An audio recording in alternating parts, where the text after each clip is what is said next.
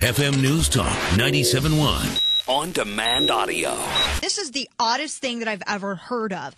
And it presents the question, are the Ladue Police, is the Ladue Police Department, are they ideologically profiling conservatives? And I shared with you the story of my friend, Gateway Pundit Jim Hoft, who had an interesting visit a couple of weeks ago from the Ladue PD. He's never experienced anything like this. And Jim, I don't want to offend you, but, I had said to Kevin and Kane earlier, I'm like, if I were a betting person and you got into a brawl with someone, I don't know that I would bet on you. And I don't want to be mean, but you're just one of the nicest people I've ever met. And this is such an insane story. Tell us what on earth is going on here? What happened to you? Hi, Dana. I agree with you. I hope we never tangle. What happened was I was at home one day a week and a half ago, just doing my thing, and I got a knock at the door. I answer the door. There's two policemen there. I open the door. They say they ask if they can come in. I said sure. No reason to not let them inside my house. Right. They asked if I could go in for some questioning. And so I threw some pants on and we left, and that's when I noticed there was a third cop outside kind of hiding around the corner in case some violence erupted. And we get in the car. I still have no idea what's going on. Can I stop you for a second? You said you threw pants on and then left. Right. I was in my shorts. Okay. Okay. I only said that because Kevin and Kane just almost fell over. I usually answer the door with clothes on. Yeah. Okay. Anyway, so you're in the car with them, going to the police station. So we start driving around, and I still have no idea what's going on. And the officer, asked me some questions, and he says, do you know where you were back in September, like 22nd or something, on a Thursday evening? And I was thinking about it, and I realized our friend Andrew Marcus was in town at that time, and my twin brother, who lives in Hong Kong, was in town at that time. And we're driving around. He says, well, this is why I need to ask you some questions. A gentleman who was over 70 years old was at a Schnucks parking lot. We drove over to this Schnucks on Lindbergh and Clayton Avenue. And he says this gentleman was attacked. He says he was attacked. He had an Obama bumper sticker on his car. He said he was getting out of his car, and then somebody came up behind him, grabbed him, threatened him, and scratched his neck. And then he went inside the Schnucks, and I saw a picture of this man, and he had a scratch on his neck. I saw him holding his neck when he went into the police station. Well, then the officers pulled out some pictures of me, and they have pictures of me at a conference that Phyllis Schlafly put on that same weekend. This incident happened Thursday night. I didn't speak until Saturday morning. I wasn't even in the area until Saturday morning. And I did take my twin brother with me, and we went to this event, and then we left before lunch. But this episode at the Schnucks happened at Thursday night before the event even started. So he saw my picture. He presented it to the man, to this man who said he was injured, and the man picked me up, out of a lineup. Wow! And they just happened to. Well, it must have been a conservative that did it, right? So we're going to, So they have a picture of me with Phyllis Schlafly. The notorious Phyllis Schlafly. She's so dangerous, I hear. Yeah, I know. Dangerous lady. Right. So they 87-year-old woman. Yeah. So they questioned you for 2 hours. Right. And then what did they say at the conclusion of that? Well, then they said they needed to talk to my twin brother because he may have done it because we look quite a bit alike. And so they called him. You've met my twin brother. He runs a financial division for his firm in Hong Kong. And so he doesn't get over here too often. And so they called him up in Hong Kong and talked to him about the incident and asked him several times if it was him who attacked this older man. For one, Dana, the story just sounds fishy. I don't, and you brought this up earlier in your last episode, your last segment, where just this week we had the woman in Louisiana who said she was attacked by the KKK and how they tortured her. And I put up on my blog when I read that it sounded fishy because we don't see those things happening. Right. And sure enough, later on in the day, I found out that she was lying, that she did it herself. Right. This episode sounds the same way, and yet they still don't have any video of the incident, which. It is what it is. I mean, it just seems really odd to me because all they would have to do is get surveillance video from the parking lot of the grocery store, and they could see the fact that they haven't done that yet seems really weird to me.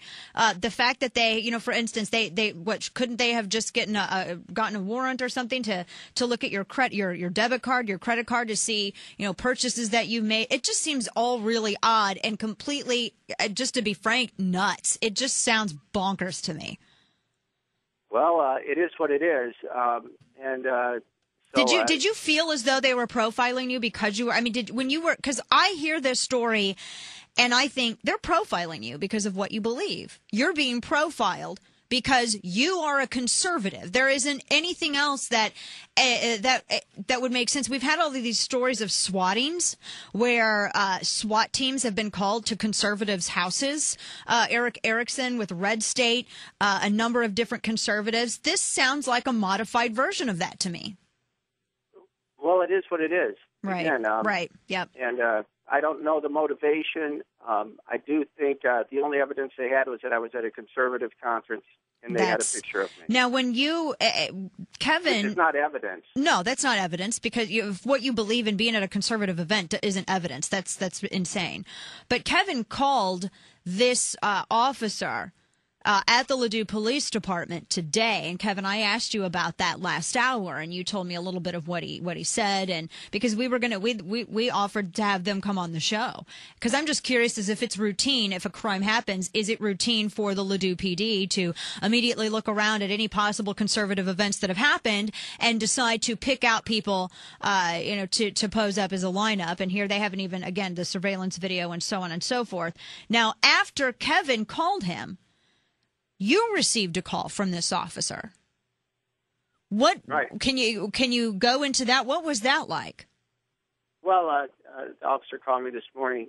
As you said, he was wondering how Kevin had heard about this, and I told him that you and I were friends and that he, I'd mentioned this to you in passing, and he said several things. He did say that, I consider you that you're clear now, and he still hasn't had the video. And he also said, you probably, you wouldn't want this to go public, would you? And I told him, I don't care. I didn't do anything wrong. Why should I care? Right.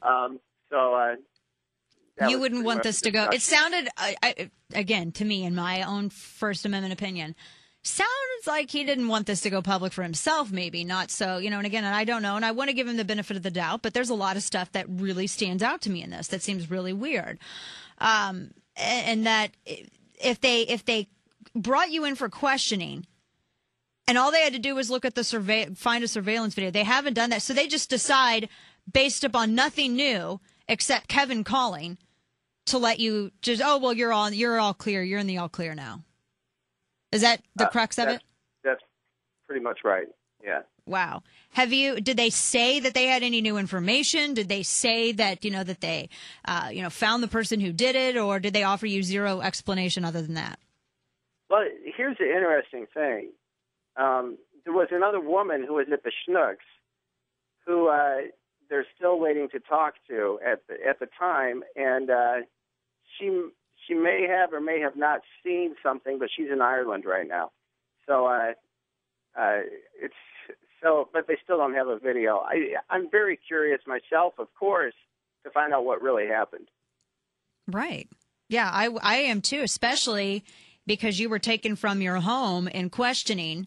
And, I very, in perhaps a grandiose way, I was discussing the whole situation with Benghazi. And here we have a video maker who is sitting in jail for over a month now, because his free speech was blamed by this administration for, the consulate and bombing and the terror attack there and so on and so forth.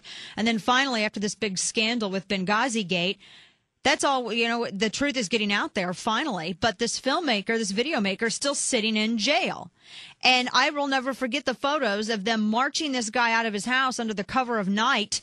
These folks wearing their brown shirts, marching him down to the police station. And he was simply targeted because what he was doing it was, again, it was what he was exercising his First Amendment. People disagreed with it. And so he was targeted for that. And so I'm looking at all of this Benghazi Gate stuff. And then you had just mentioned this in passing. You're like, well, isn't this weird? And I just, it just kind of hit me. I'm like, well, I don't want, this country isn't about taking people down to a police station because they've been ID'd to be conservative. Is that a crime now, being conservative? I don't think that, the men in my family shed blood in conflict so that people could be targeted for their ideological preferences. And whether or not, I know it makes you feel weird, and I appreciate you coming out and speaking out about this because, as you said, there have been other cases where this stuff has happened and conservatives get blamed for it. It seems to me like a modified form of swatting. So do you expect to hear from these individuals anymore? Are they supposed to call you back, or is this just it? Well, we'll see. Obviously, I don't know if they're listening into your show today, but it wouldn't surprise me. But I also asked if they do find the video, I'd like to hear how that turns out. Right. Wow. Well, it just is so. And don't take offense that I wouldn't bet on you on something. Don't take offense on that.